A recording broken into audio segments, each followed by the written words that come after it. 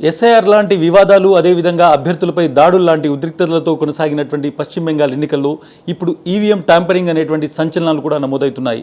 ముఖ్యంగా ఎన్నికల పోలింగ్ 92% అయిన తర్వాత ఏవైతే స్ట్రాంగ్ రూమ్స్ ఉన్నాయో ఆ స్ట్రాంగ్ రూమ్లలో ఉన్నటువంటి ఈవీఎంలను ట్యాంపర్ చేస్తున్నారు అంటూ మమతా బెనర్జీ అదేవిధంగా టీఎంసీకి సంబంధించినటువంటి నాయకులు పెద్ద ఎత్తున పశ్చిమ బెంగాల్లో ఆందోళనకు దిగుతున్నారు. వాళ్ళు ఒక సీసీటీవీ ఫుటేజ్ను కూడా సర్క్యులేట్ చేస్తున్నారు. ముఖ్యంగా సెంట్రల్ కోల్కతాలో ఉన్నటువంటి ఒక స్ట్రాంగ్ రూమ్లో పెద్ద ఎత్తున బయటి వారు అక్కడికి వచ్చేసి అక్కడ ఉన్నటువంటి ఈవీఎంలను ట్యాంపర్ చేస్తున్నారు, రాత్రికి రాత్రి ఈవీఎంలను మార్చేస్తున్నారు అనేటువంటిది టీఎంసీ చెప్తున్నటువంటి ఒక పెద్ద ఆరోపణ.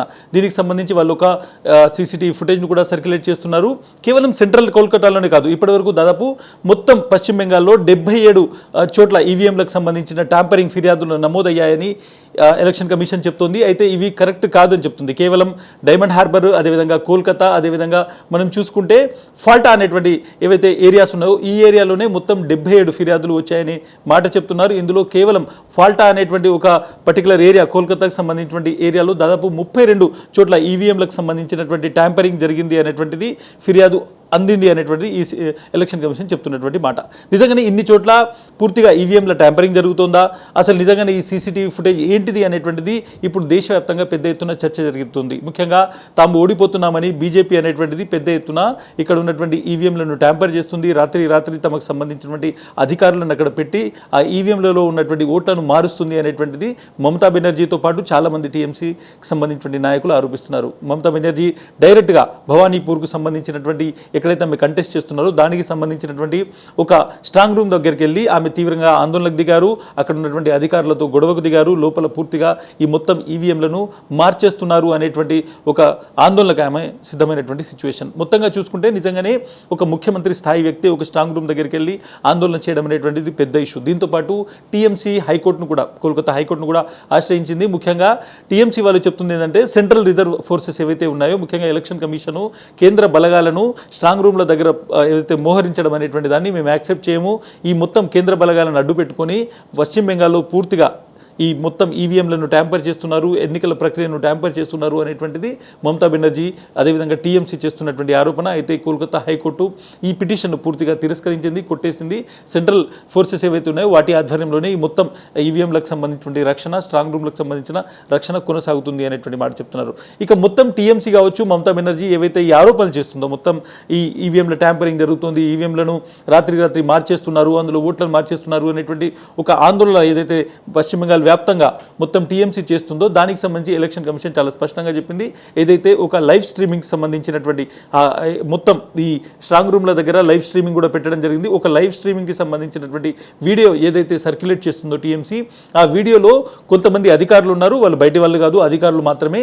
ఏవైతే పోస్టల్ బ్యాలెట్స్ ఉన్నాయో వీళ్ళు ఈవీఎంలో ఉన్నటువంటి రూమ్లోకి వెళ్ళలేదు, పోస్టల్ బ్యాలెట్స్ ఉన్నటువంటి దగ్గర ఏ ఏరియాకి ఆ ఏరియాకి సంబంధించినటువంటి సగ్రిగేట్ చేస్తున్నారు. ఇది ఎన్నికలకు సంబంధించినటువంటి ప్రక్రియలో అక్కడ ఉన్నటువంటి రిటర్నింగ్ ఆఫీసర్లు, అక్కడ ఉన్నటువంటి ఏవైతే అధికారులు ఉంటారో, ఎలక్షన్ ప్రక్రియలో భాగమయ్యేటువంటి అధికారులు ఉంటారో వాళ్ళు చేసేటువంటి ఒక సహజమైనటువంటి ప్రక్రియ, ఎక్కడ ట్యాంపరింగ్ జరగట్లేదు అనేటువంటిది ఎన్నికల సంఘం చాలా స్పష్టంగా క్లియర్గా తనకు సంబంధించినటువంటి మెసేజ్లో చెప్పింది.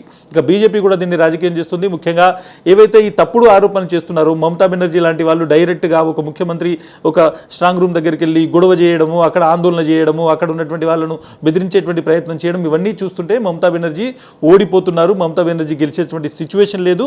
కాబట్టి ఇటువంటి బ్లేమింగ్ ఏదైతే ఉందో బ్లేమ్ చేసేటువంటి ఒక ప్రక్రియ కొనసాగుతుంది అనేటువంటిది బీజేపీ నాయకుడు దిలీప్ ఘోష్, అదేవిధంగా పూర్తిగా భవానీపూర్కు సంబంధించినటువంటి ఇన్సిడెంట్కు చూస్తే ఆమె మీద ఎవరైతే మమతా బెనర్జీ మీద పోటీ చేస్తున్నటువంటి సువేందు అధికారి కూడా దీన్ని తీవ్రంగా ఖండించారు. టీఎంసీ చేస్తున్నటువంటి ఒక తప్పుడు ఆరోపణ ఎన్నికల ప్రక్రియ అయినప్పటి నుంచి పూర్తిగా టీఎంసీ ఇటువంటి తప్పుడు ఆరోపణలు చేసి మొత్తం ప్రజలకు సంబంధించినటువంటి దృష్టిని వేరే వైపు మళ్లించేటువంటి ఒక కుట్ర చేస్తుంది అనేటువంటిది బీజేపీ చెప్తున్నటువంటి మాట. నిజంగానే ఒక పెద్ద ఇన్సిడెంట్గా దీన్ని మనం చూడాల్సి ఉంటుంది. కేవలం ఒక రాష్ట్రంలో జరుగుతున్నటువంటి ఎన్నికల్లో 77 చోట్ల మొత్తం ఈవీఎంలకు సంబంధించినటువంటి ట్యాంపరింగ్ జరుగుతుంది అనేటువంటి ఒక ఆరోపణ రావడము, కొన్ని ప్లేసెస్లో 77 చోట్ల ఫిర్యాదులు చేయడము, సీసీటీవీ ఫుటేజ్ ఏదైతుందో అది కొంత అనుమానాస్పదంగా ఉండడం అనేటువంటిది పెద్ద ఇష్యూ. బట్ ఎలక్షన్ కమిషన్ ఎక్కడా కూడా తప్పు జరగడం లేదు. ఎలక్షన్ కమిషన్ పూర్తిగా సమర్థవంతంగా పనిచేస్తుంది.